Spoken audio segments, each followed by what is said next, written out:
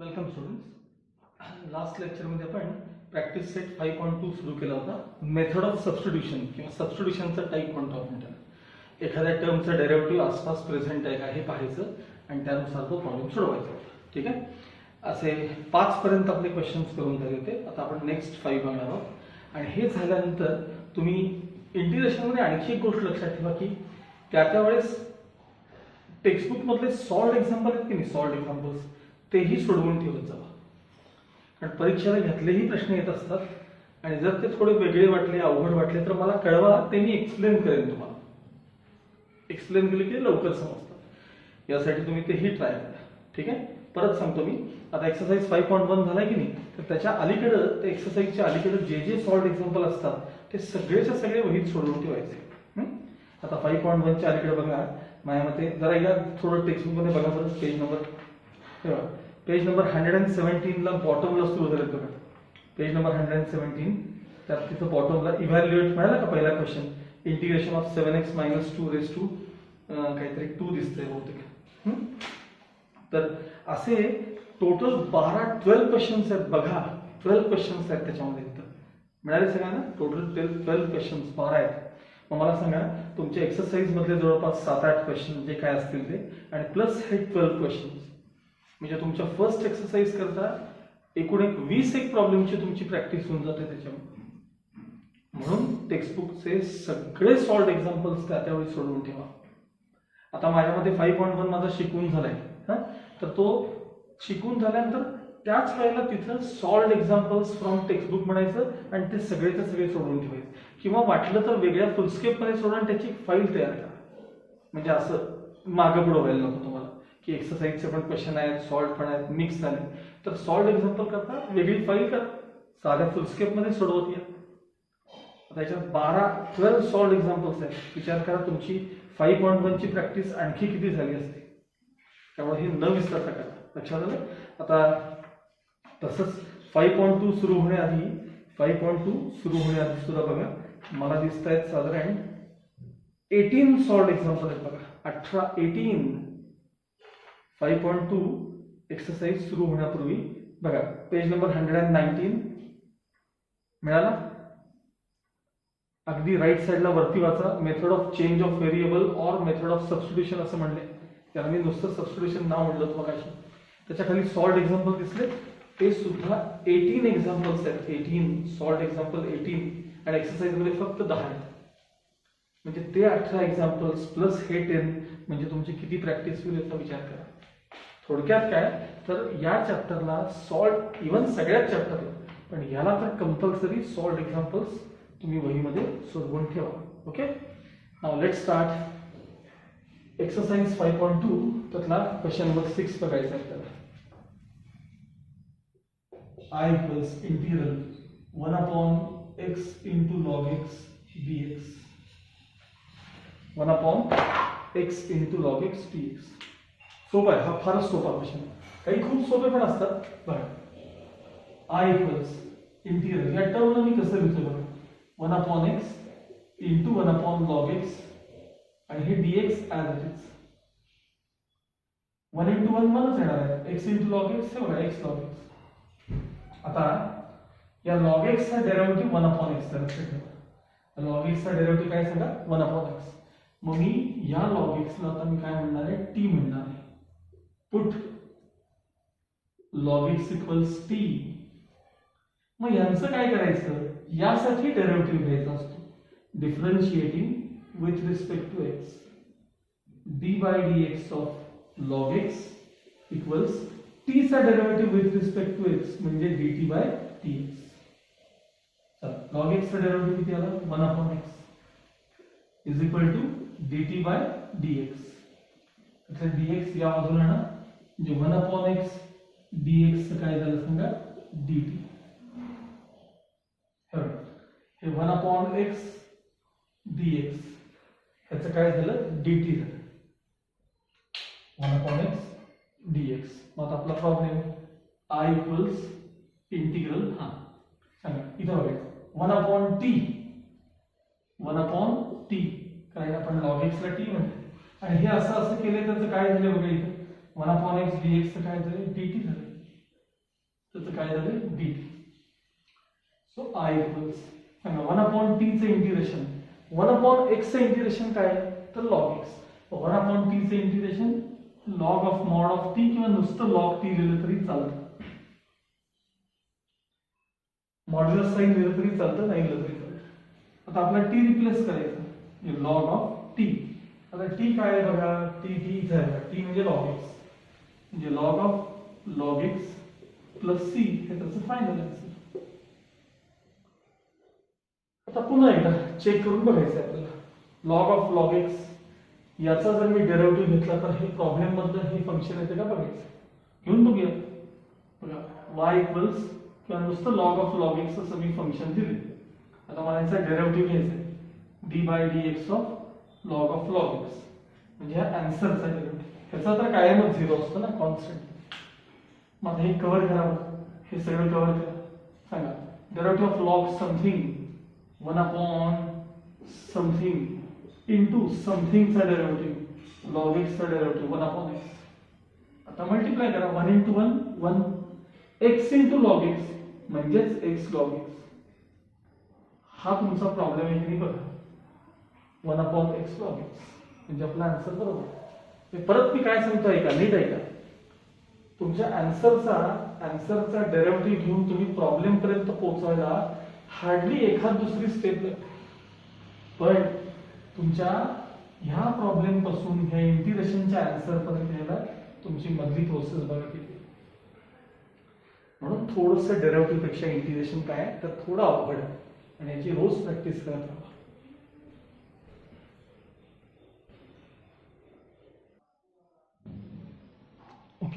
Next question I equals integral x raised to 5 upon x square plus 1 dx. हाही थोडा जरा विचित्र question आहे बघा. आता या टर्मच्या डेरिव्हेटिव्ह मध्ये x स्क्वेअरचा डेरिव्हेटिव्ह ट्वाइस x तो जो x आहे तो की x तो x मी ह्यातनं पहिल्यांदा बाजूला करणार आहे. म्हणजे या टर्मला मी पहिल्यांदा काय लिहितो बघा integration of x raised to 5 आहे की नाही त्याला मी x raised to 4 into x लिहिले upon x square plus 1 as it is dx. x raised to 4 into x हा आन्सर एवढंच येतो ना x raised to 5 येतं ना कारण x ची पॉवर 1 आहे 1. आता या टर्म कडे बघून मी या न्यूमरेटर मध्ये काय लिहितोय परत बघा I इक्वल्स इंटिग्रल हे जे x raised to 4 आहे की नाही x raised to 4 याला x स्क्वेअर चा स्क्वेअर लिहा इंटू ते शेजारचे x as it is whole divided by x square plus 1 as it is dx as it is. आता या टर्मला t म्हटल्यानंतर हा डेरिव्हेटिव्ह तुमचा ऍडजस्ट झाला. ह्याचं काय करायचं आपण बघूया पुढे बघ. Put x square plus 1 equals t. मग जर का मला नुसतं x square पाहिजे असेल म्हणतो मी which implies that म्हणजे which means that 1 ट्रान्सफर केला की तुम्हाला x square is equal to t minus 1 बघायला मिळेल यात. आता बाकीच्यांचं काय करायचं यासाठी differentiating with respect to x. फक्त इथं बघा बरं का हे ह्यातनच मी एक टर्म बाजूला केली बाकी नाही. इथं बघा d/dx of x square plus 1 equals t चा डेरिव्हेटिव्ह dt/dx. x square चा डेरिव्हेटिव्ह ट्वाइस x कॉन्स्टंट चा 0 तिकडे dt/dx as it is dx तिकडे 2 तिकडे म्हणजे x dx is equal to half dt. x dx is equal to half dt झालं. x dx is equal to हे बघा हे x dx असले नाही हे हाफ dt झाले. आता नीट लक्षात द्या I इक्वल्स फार महत्त्वाची स्टेप आहे. चला पहिल्यांदा बघा x स्क्वेअर म्हणजे काय इथे आहे बघा x स्क्वेअर म्हणजे t minus 1 त्याचा स्क्वेअर. का बरं स्क्वेअर x स्क्वेअरचा स्क्वेअर आहे मग x स्क्वेअर म्हणजे t minus 1 त्याचा स्क्वेअर. एक्स dx चं काय झाले, तर इथे बघा हाफ dt,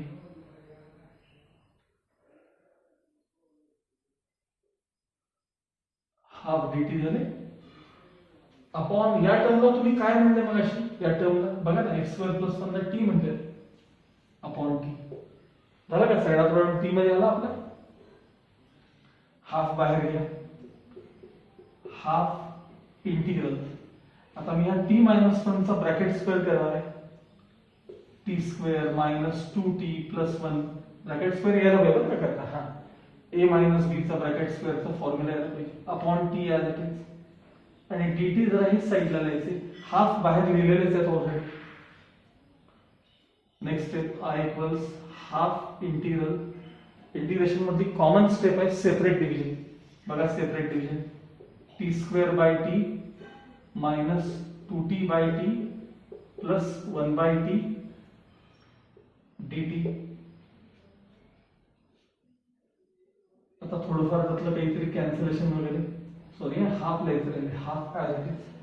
आता टी स्क्वेअर अपॉन टी म्हणजे टी मायनस 2tt कॅन्सल म्हणजे 2 आणि plus 1 upon T dt. I equals half as it is square bracket, सगळ्यांचे separate integration, integral T dt हे बघायचं मायनस 2 इंटिग्रल 1 dt, 2 1 2 येतात, plus integral 1 upon T dt bracket complete. प्रत्येकाचं आपण integration काय केलं तर इथं सेपरेट केलेलं आहे.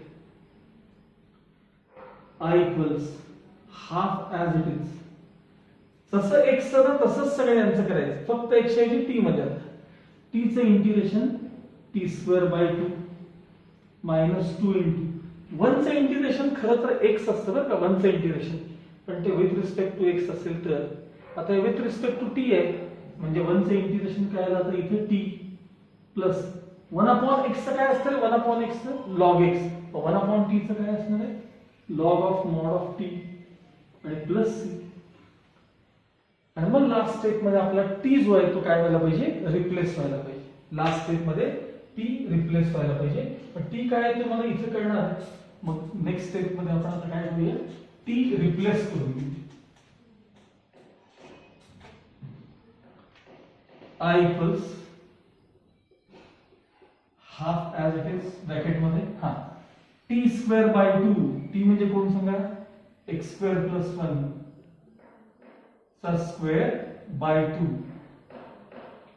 त्यानंतर मायनस 2t म्हणजे minus 2 into bracket T, T म्हणजे कोण एक्स स्क्वेअर प्लस 1 आणि प्लस लॉग टी बघा पुढं म्हणजे लॉग ऑफ टी, टी कोण आहे सांगा, टी एक्स स्क्वेअर प्लस 1 आणि ब्रॅकेट कंप्लीट आणि पुढं प्लस सी. आता हे हाफ आहे तसे ठेवले तरी चालतात, ब्रॅकेट ओपन केलं तरी चालतं, हाफ न सगळ्यांना मल्टिप्लाय करत गेला तरी चालेल आणि आहे तसं ठेवलं तरी चालेल. तुमच्या टेक्स्टबुक मध्ये काय आन्सर दिले ते बघा आणि त्यानुसार फायनल आन्सर द्या. 5.2 मध्ये एक सेकंड पटकन बघतो. 5.2 मध्ये काही नाही, हाफ न ओपन केले ब्रॅकेट, 1/4 दिसतात म्हणजे हाफ न ब्रॅकेट काय केले ओपन केलेलं आहे, करून दाखवतो तेच तेच दाखवतो, लक्ष दे. हा 1/2 वर ओपन करा म्हणजे एक्स स्क्वेअर प्लस 1 चा ब्रॅकेट स्क्वेअर इंटू 1 अपॉन 2 2 जा 4 मायनस हाफ आणि 2 कॅन्सल होतील, एक्स स्क्वेअर प्लस 1 शिल्लक राहतील, हाफ न मल्टिप्लाय केल्यानंतर plus half log of x square plus 1, half log of x square plus 1 आणि प्लस सी प्लस हाफ वर घेऊन याला रूट मध्ये पण लिहिता येतं, लॉगचे रूल वापरले तर हाफ वरती घेऊन त्याला रूट मध्ये पण लिहिता येतं बरं, लक्षात ठेवा. केलं तरी चालेल, नाही केलं तरी चालेल, हे तुमचं फायदा आहे. नेक्स्ट आता क्वेश्चन नंबर 8 बघा. Integral I equals integral 2x plus 6 upon square root of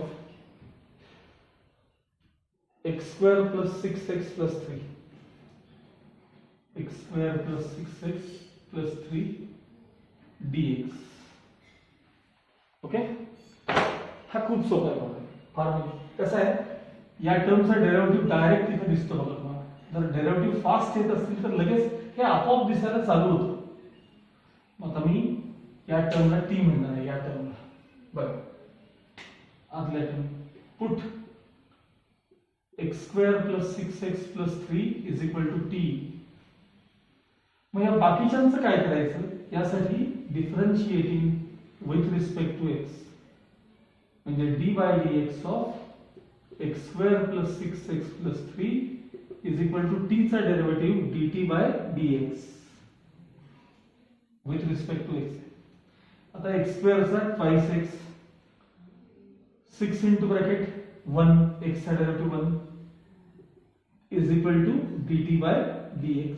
constant चा 0, त्यातले dx ट्रान्सफर करूया, twice x plus 6 dx is equal to dt. हे बघा, twice x plus, हे झालं काय,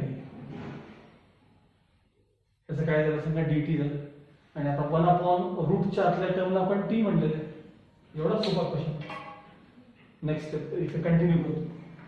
I इक्वल्स इंटिग्रल 1 अपॉन, हा हे 1 अपॉन, हा पार्ट मी सगळ्या dt मध्ये घेणार आहे. हे 1 अपॉन रूटच्या आतल्या ज्या टर्मला आपण t म्हणलं होतं, आणि हे सगळे dt बाजूला घेतलं, किंवा पहिल्यांदा हवं तर dt वर लिहा, नंतर साईडला करा तरी चालेल. I equals integral t raise to minus half dt, ह्याला वर घे. t raise to minus half चे integration, t raise to minus half चे integration t raise to minus half plus 1 upon minus half plus 1 plus एक वाढवायचा वरती, x raise to n चा formula वापरतो मी, x रेस टू n म्हणजे t raise to ह्याची ऍडिशन येणार आहे हाफ अपॉन ह्याचा आन्सर पण हाफ. हे 2 वर जातील आणि रूट मध्ये ही टर्म शिल्लक राहील प्लस, आणि फायनल आन्सर लिहिताना t रिप्लेस करून टाका. t कोणाला म्हणलं होतं आपण वाचा बरं, x square plus 6x plus 3 plus c, हे तुमचं फायनल आन्सर. आता तुमचा तुम्ही याचा डेरिव्हेटिव्ह घेऊन बघा, याचा या सगळ्याचा तुम्हाला एवढा आन्सर बघायला मिळेल, नक्की मिळेल. या सगळ्या फंक्शनचा डेरिव्हेटिव्ह घेऊन बघा, तुम्हाला प्रॉब्लेम पाहायला मिळेल. ओके,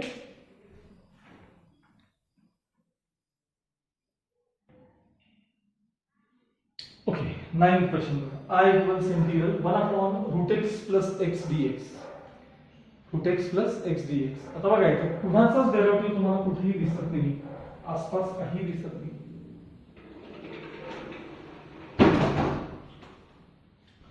पण एक स्टेप केल्यानंतर तुम्हाला तर कळेल. बघा, या x मध्ये तुम्हाला 2 वेळा रूट x दिसतात का, बघा 2 वेळा रूट x दिसले का. ह्या x मध्ये 2 वेळा रूट x आहेत, म्हणजे त्यातला एक रूट x मी कॉमन काढतो. Integral 1 upon root x common काढले, इथलं काय झालं सांगा 1, पण यातलं काय झालं रूट x नाही, आणि हे dx. आता मात्र या सगळ्या टर्मचा डेरिव्हेटिव्ह तुम्हाला इथे दिसायला लागला आहे, हे केवळ कॉमन काढलेलं. आणि जर दिसत नसेल तर माझ्या स्टेप्स कडे बघा, त्यानंतर काय पुट 1 प्लस रूट x या टर्मला t म्हणा, differentiating with respect to x, d by dx of bracket मध्ये 1 plus root x equals dt by dx, derivative of t with respect to x. 1 चा डेरिव्हेटिव्ह 0, रूट x चा derivative 1 upon 2 root x, derivative root x 1 upon 2 root x, तिकडे dt by dx. आता हे 2 upon आहेत, transfer करा आणि dx इकडे आणा, म्हणजे 1 अपॉन रूट x dx हे इकडे आणले is equal to twice dt झाले, ट्वाइस dt. बघा प्रॉब्लेम कडे 1 अपॉन रूट x dx याचे ट्वाइस dt झाले, आणि याला तर आपण ऑलरेडी t म्हणलेलंच आहे. म्हणजे आता तुमचा प्रॉब्लेम काय झाला बघा, I इक्वल्स इंटिग्रल, हा सांगा 1/√x dx चं काय झालं सांगा, ट्वाइस dt झाली. काय झाले, ट्वाइस dt अपॉन खालच्या टर्मला ब्रॅकेटला आपण काय म्हणले, त्या टर्मला t म्हणले. टू कोइफिशियंट म्हणून बाहेर घ्या. इंटिग्रल ह्याला 1/t असेल, 1/t आणि dt जरा कडेला आले. आता मला सांगा 1/x चे इंटिग्रेशन काय, log x. तसं 1/t चे इंटिग्रेशन काय, तर log of mod of t किंवा log t नसतं तरी चालतं. 2 log ऑफ, सांगा t म्हणजे काय होतं, सांगा t म्हणजे 1 + √x होतं किंवा √x प्लस काही वेगळं, 1 + √x प्लस. हे आहे तसं ठेवलं तरी चालतं. हा 2 वर नेला समजा तरी चालतो. म्हणजे log चे रूल वापरायचे बघा, log of 1 + √x raise to 2 मध्ये ट्वाइस लॉग येतात की नाही, तसं हे असं लिहिलं तरी चालतं. कुठलंही आन्सर चालतं या दोन पैकी. तुमच्या टेक्स्टबुक मध्ये कुठला फॉर्म आहे बघा आणि त्यानुसार ते आन्सर लिहून करा. 5.2 चालू आहे ना.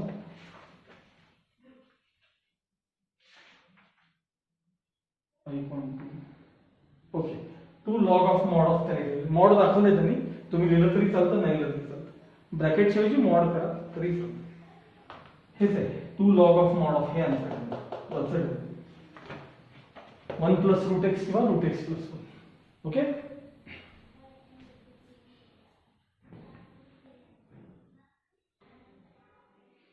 ओके.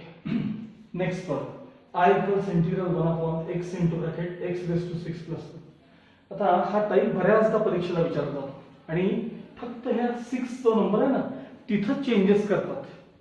म्हणजे तिथे नंबर तुम्हाला 5 येतो, 6 येतो, 7 येतो, 10 येतो, 15 येतो, n देखील येतो. n देखील म्हणतात. हे सगळे प्रॉब्लेम एका टाइपने सॉल्व्ह होतात.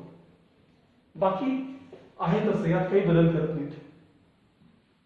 फक्त हा आपला x⁶ आहे, त्याच्या जागी कधी x⁵, कधी x⁴, कधी x⁵, काहीही चेंजेस होऊ शकतात. ह्याला ऍडजस्टमेंट कशी आहे बघा, लक्षात घ्या.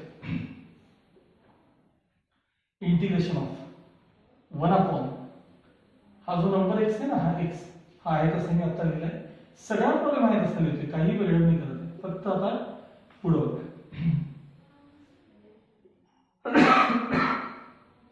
सॉरी, हे बघा, हा जो नंबर आहे ना x⁶, हा इथं बाहेर ऍडजस्ट करायचा असतो आपल्याला. मग तो ऍडजस्ट करण्यासाठी याला तुम्हाला x⁵ न मल्टिप्लाय केलं पाहिजे. बघा, यांचं मल्टिप्लिकेशन झाले की x⁶ येतात की नाही. मग हे खाली जे एक्स्ट्रा आणलेले आहेत ते कॅन्सल होण्यासाठी इथं पण x⁵ कॅन्सल. म्हणजे हे सेकंड स्टेप ही एवढी कळली की झालं. मग आता मला सांगा, तुम्हाला इथं चेंजेस करून दिले, x⁻10 जरी दिले इथं 10, काय तुम्ही कराल, x⁹ x⁹ ऍडजस्ट कराल बस. आता पुढची प्रोसेस तुम्हाला कळेलच, ते काही अवघड नाही. न्यूमरेटर मध्ये x⁵ मल्टिप्लिकेशन, हे ह्यांचं मल्टिप्लिकेशन x⁶ आणि हे x⁶ + 1 as it is dx. आता जर तुम्ही या टर्मला t म्हणलं t, तर ह्याचा डेरिव्हेटिव्ह नक्की वरती आहे. बघा, पुट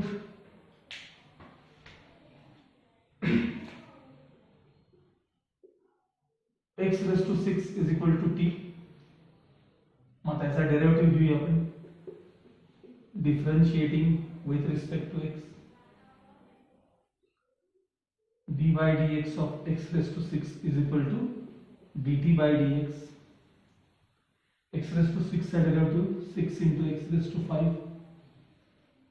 x⁶ चे इंटिग्रेशन सांगा बरं, x⁷/7 आणि डेरिव्हेटिव्ह बघा 6 × x⁵ equals dt/dx.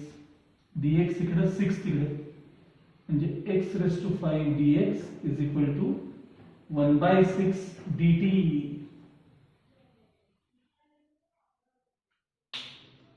x⁵ dx दिसलं, x⁵ dx 1/6 dt. काय काय होणार आहे प्रॉब्लेम मध्ये, I = इंटिग्रल, हा एक्स रेस टू 5 dx काय झाले 1/6 dt ब्रॅकेट मध्ये खाली बघा या टर्मला आपण काय म्हणतो होतो t, मग पुढची टर्म t+1 झाली.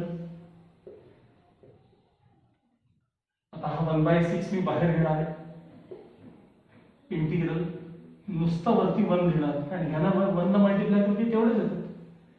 t into bracket t+1 dt as it is. मागा अशा टाईपचा एक मी क्वेश्चन तुम्हाला दाखवला होता. या दोघांचा डिफरन्स वरती t दिसतो का बघा तुम्हाला. म्हणजे I इक्वल्स 1/6 इंटिग्रल हे जे 1 आहेत ना हे 1, तर मी काय लिहितो बघा t+1 मायनस t. यातून हे मायनस करा, 1 येतात की नाही चेक करायचं, करा मायनस करून बघा. t इंटू ब्रॅकेट t+1 हे तुमचं denominator as it is. Actually हे काय रेड पेन गरज नव्हती, हे t इंटू ब्रॅकेट t+1 हा dt हे न्यूमरेटर म्हणतो. सेपरेट डिव्हिजन इंटिग्रल हा हे t+1 ही term upon t into bracket t+1 minus t upon t into bracket t+1 dt. यातले t+1 कॅन्सल होतील, यातला t कॅन्सल होईल. 1/6 इंटिग्रल इथं राहील 1/t. इथं काय राहील सांगा 1/t मायनस इथं काय राहील 1/t+1 dt. ठीक आहे. आता next step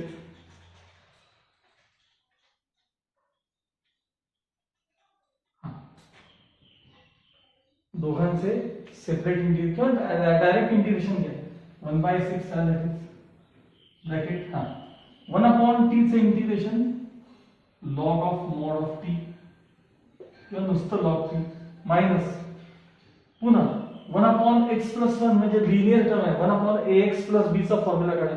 1/ax+b log of mod of ax+b upon a लिहिले बघा. a तो कोइफिशिएंट असतो x. इथं काय कोइफिशिएंट नाहीये. Log of mod of t+1 त्याचं इंटिग्रेशन आणि plus c as it is. आता लॉग मायनस लॉग म्हणजे लॉग ऑफ डिव्हिजन. लॉगचे पण रूल घ्यावे लागतात इंटिग्रेशन मध्ये. लॉग ऑफ आता इथं मॉड घेतोय log minus log log of division म्हणजे t upon t+1 plus c.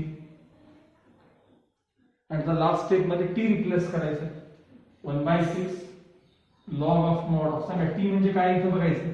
t म्हणजे x⁻⁶ अपॉन हे बघा t म्हणजे कोण x⁻⁶ plus 1 mod complete plus c. हे तुमचं काय असलं पाहिजे फायनल आन्सर असलं. अशा प्रकारे तुमचं आता मेथड ऑफ सबस्टिट्यूशन हे इथे संपलेलं आहे. Method of substitution total 10 question आहे. ह्याच्या सोबत यामध्ये जवळपास मी मगाशी पाहिले 18 सॉल्व्ड एक्झाम्पल आहेत.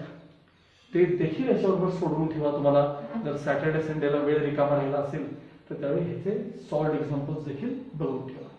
ओके. नेक्स्ट एक्सरसाइज पुढच्या पिरियडमध्ये. Till then good bye.